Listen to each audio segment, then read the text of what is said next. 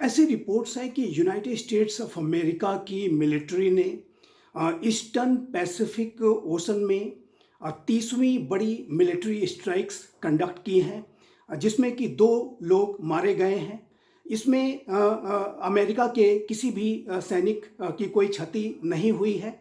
और United states of America के Trump administration के द्वारा जो वर्तमान समय में ऑपरेशन सदर्न स्पीयर चलाया जा रहा है, उसके माध्यम से अमेरिका की मिलिट्री ने ये 30वां हमला किया है। और यूनाइटेड स्टेट्स ऑफ अमेरिका ये जो हमले कर रहा है, उसके पीछे उसका आरोप है कि ये जो ईस्टर्न पैसिफिक ओशन है वो ड्रग ट्रैफिकिंग के लिए इस्तेमाल उसका किया जा रहा है। और यूनाइटेड स्टेट्स ऑफ अमेरिका का ट्रंप प्रशासन ड्रग ट्रैफिकिंग पर कड़ी कार्रवाई करने के लिए संकल्पबद्ध है और इसी प्रक्रिया में बड़े मिलिट्री ऑपरेशंस कंडक्ट किए जा रहे हैं।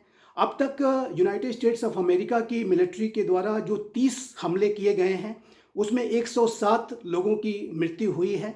और यूनाइटेड स्टेट्स ऑफ अमेरिका के द्वारा ये जो कैजुअल्टीज़ हैं, इन्हें ड्रग ट्रैफिकर्स बताया गया है।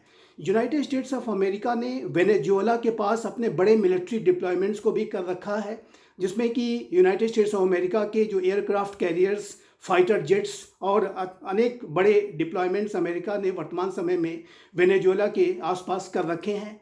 यूनाइटेड स्टेट्स ऑफ अमेरिका की खुफिया एजेंसी CIA ने भी वेनेजुएला के अंदर एक ऐसे ठिकाने को हिट किया जिसके के ऊपर आरोप था कि वहाँ से ड्रग ट्रैफिकिंग की जो एक्टिविटीज़ हैं वो कंडक्ट की जा रही हैं।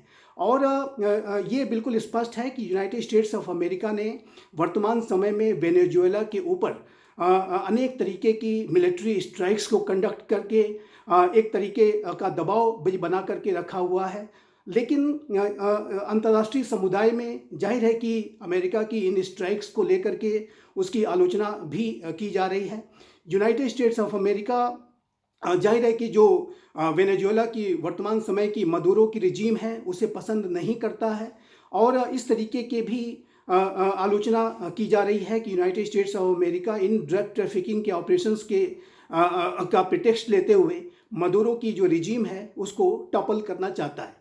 अमेरिका के राष्ट्रपति डोनाल्ड ट्रंप ने यद्यपि कि ऐसी कोई बात नहीं स्वीकार की है, लेकिन उन्होंने अभी हाल के समय में अपने एक साक्षात्कार में इस बात को कहा था कि मडुरो के लिए स्मार्ट यही होगा कि वो अपने पद से हट जाएं। और जाहिर है कि इस तरीके के जो व्यूज़ हैं वो यूनाइटेड स्टेट्स ऑफ अमेरिका के राष्ट्रपति ओपनली मडुरो के संदर्भ में व्यक्त करते रहे हैं। लेकिन इसमें कोई दो राय नहीं है कि अमेरिका ने वेनेजुएला के ऊपर एक बड़ा मिलिट्री प्रेशर और एक कैंपेन लॉन्च करके रखा हुआ है। और ये ईस्टर्न पैसिफिक ओशन में ये जो 30वां बड़ा हमला अमेरिका ने किया है, उसके माध्यम से जाहिर है कि 2 अन्य लोगों की भी इसमें मृत्यु हुई है। और ये जो कैजुअल्टी फिगर्स हैं वो आगे आने वाले समय में और अधिक बढ़ने की भी संभावना दिखाई देती है।